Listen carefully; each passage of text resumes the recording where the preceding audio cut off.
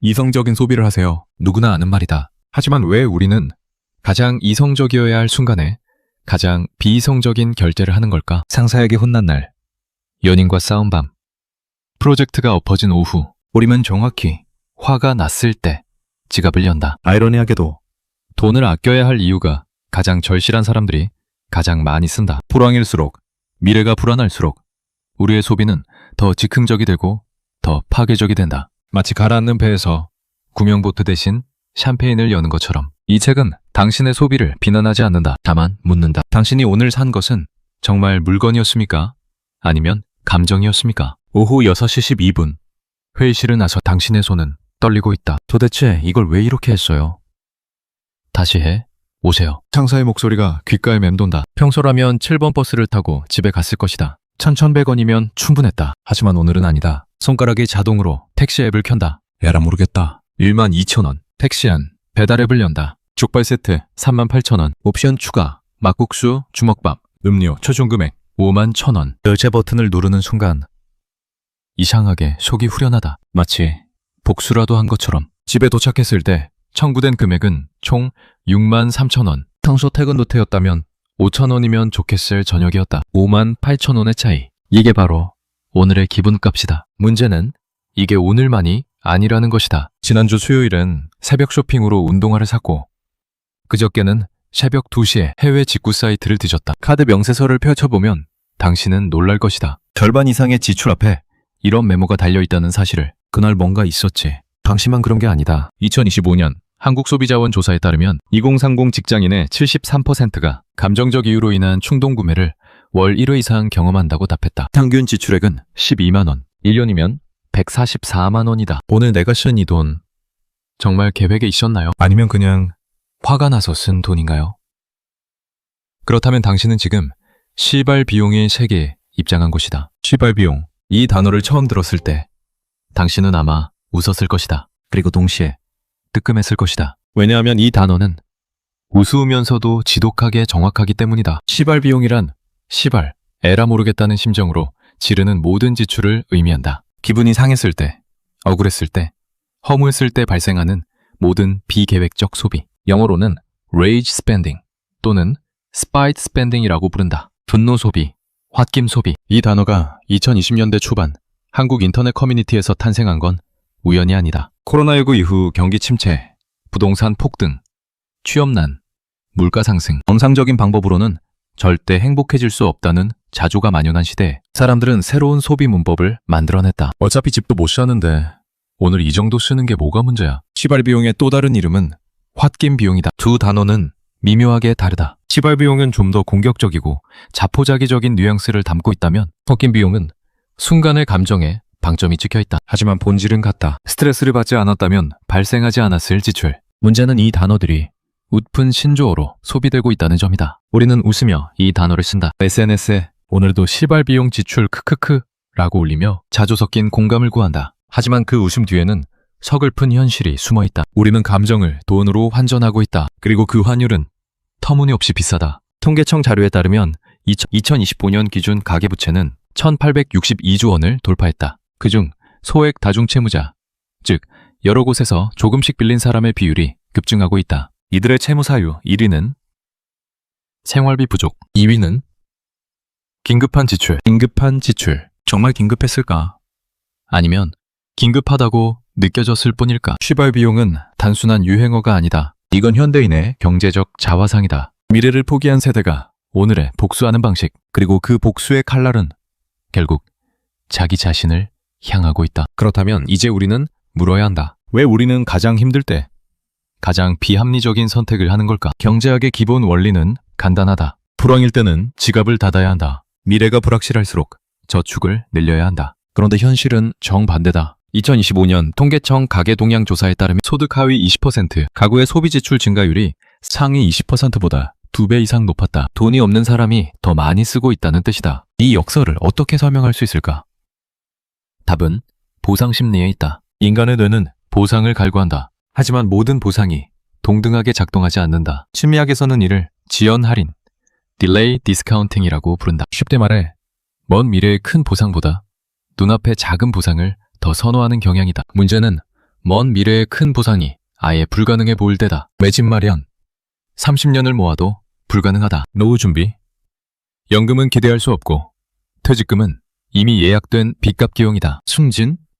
10년째 대리다. 이런 상황에서 미래를 위해 참으세요 라는 말은 설득력을 잃는다. 대신 뇌는 계산을 바꾼다. 어차피 안 되는 거 지금이라도 행복하자. 이것이 바로 절망의 경제학이다. 희망이 사라진 자리에 충동이 자란다. 행동경제학자 댄 에리얼리는 이를 미래 자아와의 단절이라고 표현했다. 10년 후에 나는 타인처럼 느껴지고 그 타인을 위해 지금의 나를 희생할 이유를 찾지 못하는 것이다. 그래서 불황일수록 배달앱 매출은 늘어난다. 명품 플랫폼의 분할 결제 이용률은 치솟는다. 2025년 국내 한 온라인 쇼핑몰의 보고서에 따르면 새벽 2시에서 4시 사이 구매 건수가 전년 대비 37% 증가했다. 이 시간대는 이성의 방어벽이 가장 낮은 시간이다. 미래를 포기한 대가로 얻는 건 지금 이 순간의 안식이다. 택배 상자를 뜯을 때의 쾌감, 족발을 뜯을 때의 위안, 새 운동화를 신을 때의 잠깐의 자존감. 하지만 그 순간은 길어야 하루다. 그리고 청구서는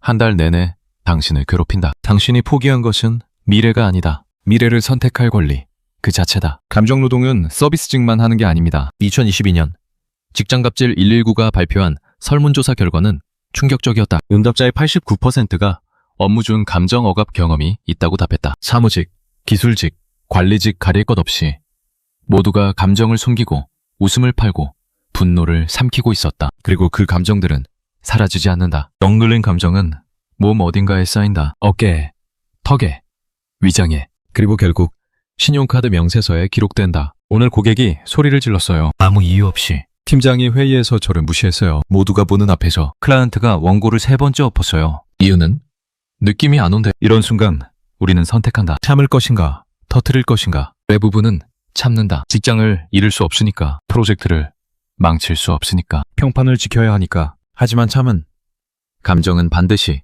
출구를 찾는다. 퇴근 후 편의점에서 와인 2병, 심야 쇼핑몰에서 원피스 3벌, 배달앱에서 전부 추가 버튼. 우리가 결제하는 건 물건이 아니다. 감정의 쓰레기통 비용이다. 심리학에서는 이를 보상적 소비, compensatory consumption라고 부른다. 자존감이 훼손되었을 때 사람들은 그것을 회복하기 위해 소비한다는 이론이다. 문제는 그 회복이 착각이라는 점이다. 새 옷을 입어도 상사의 모욕은 지워지지 않는다. 비싼 음식을 먹어도 클라이언트의 무례는 사라지지 않는다. 하지만 우리는 계속 결제한다. 왜?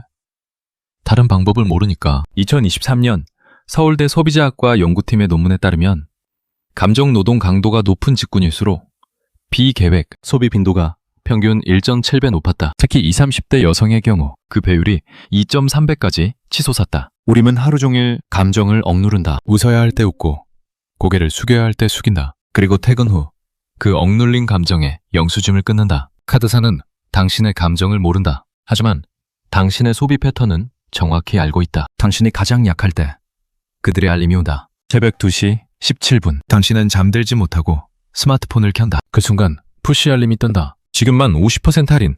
12시간 한정 특가. 우연일까? 아니다. 당신의 스마트폰은 당신이 우울하다는 걸 알고 있다. 앱 사용 시간, 스크롤 속도, 클릭 패턴, 검색 기록, 심지어 화면을 터치하는 압력까지 알고리즘은 당신의 감정 상태를 실시간으로 분석한다. 그리고 가장 약한 순간, 가장 달콤한 미끼를 던진다. 행동경제학에서는 이를 선택 설계, choice architecture라고 부른다. 사용자가 특정한 선택을 하도록 환경을 설계하는 기술이다. 문제는 그 설계가 당신의 이익이 아니라 판매자의 이익을 위해 최적화되어 있다는 점이다. 간편 결제는 그 정점이다. 예전에는 카드를 꺼내고 번호를 입력하고 비밀번호를 누르고 인증을 기다려야 했다. 그 시간 동안 뇌는 정말 살까?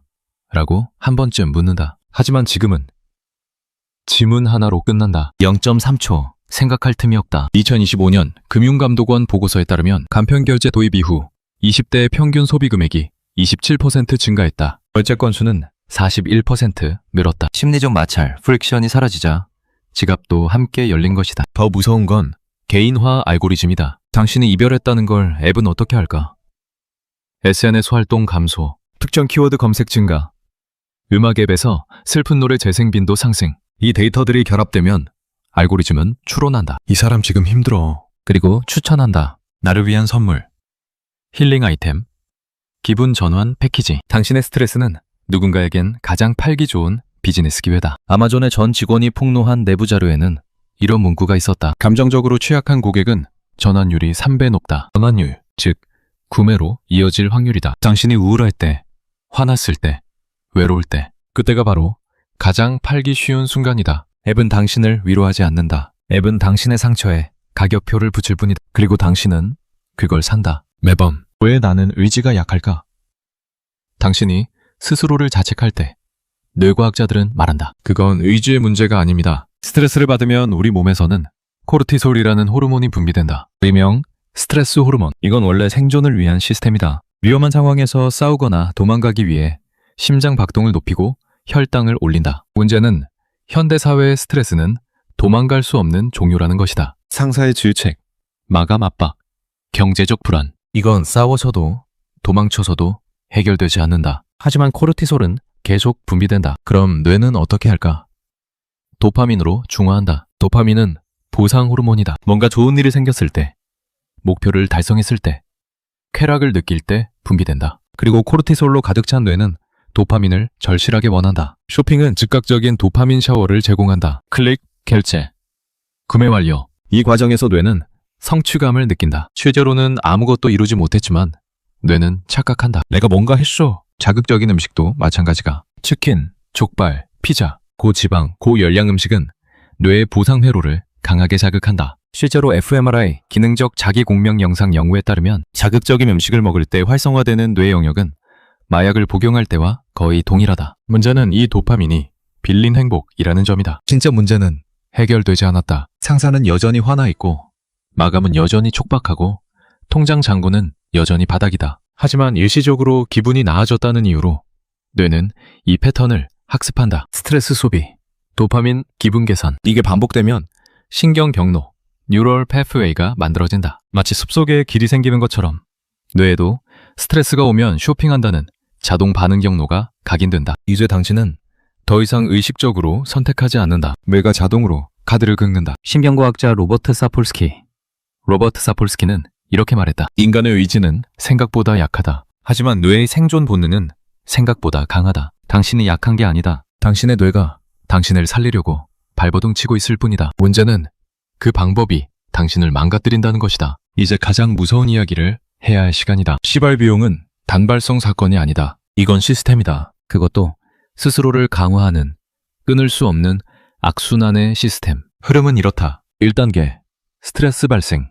상사에게 혼났다. 프로젝트가 엎어졌다. 연인과 다퉜다. 2단계 시발 비용 지출. 택시, 배달, 쇼핑 5만 원이 순식간에 나간다. 3단계, 일시적 안도감. 기분이 나아진다. 오늘 하루는 버텼다. 4단계, 카드 고지서 도착. 예상보다 많은 금액. 통장 잔고 부족. 할부 전환 또는 현금 서비스. 5단계, 경제적 압박 증가. 이자가 붙는다. 다음 달 생활비가 빠듯해진다. 6단계, 새로운 스트레스 발생. 돈 때문에 스트레스를 받는다. 그리고 다시 1단계로. 이게 바로 빈곤의 메비우스 띠다. 2025년 신용회복위원회 통계에 따르면 채무 상담자의 68%가 빚을 갚기 위해 또 다른 빚을 냈다고 답했다. 그리고 그 빚의 사유 중 38%가 생활비 부족이었다. 생활비? 정말? 세부 항목을 뜯어보면 다르다. 필수 지출, 공과금, 식비, 교통비는 전체의 40%, 나머지 60%는 배달, 술, 쇼핑, 구독 서비스, 택시비. 그러니까 우리는 빚을 내서 스트레스를 풀고 있다. 문제는 이 사이클이 점점 빨라진다는 것이다. 처음엔 월 1회였던 시발 비용이 주 1회가 되고 나중엔 거의 매일이 된다. 뇌가 학습했기 때문이다. 힘들 땐 사면 돼. 그리고 금액도 커진다. 처음엔 10,000원이면 됐는데 나중엔 10만 원을 써도 기분이 안 풀린다. 도파민 내성이 생긴 것이다. 더 강한 자극이 필요해진다. 경제학자 샌들 물라이나탄을 희소성의 터널, 스케어시티 터널이라고 불렀다. 자원이 부족할 때 인간은 시야가 좁아져서 당장의 문제만 보게 된다는 이론이다. 돈이 없으니까 당장의 스트레스만 해결하려 한다. 더 큰 빚이 생긴다. 더 없어진다. 더 근시안적이 된다. 그리고 어느 순간 당신은 깨닫는다. 나는 가난에서 벗어날 수 없다. 잠깐의 쾌락이 남기는 긴 후유증. 그리고 그 후유증이 또 다른 쾌락을 부른다. 이 굴레를 끊지 못하면 10년 후에도 당신은 같은 자리에 있을 것이다. 그럼 어떻게 해야 할까?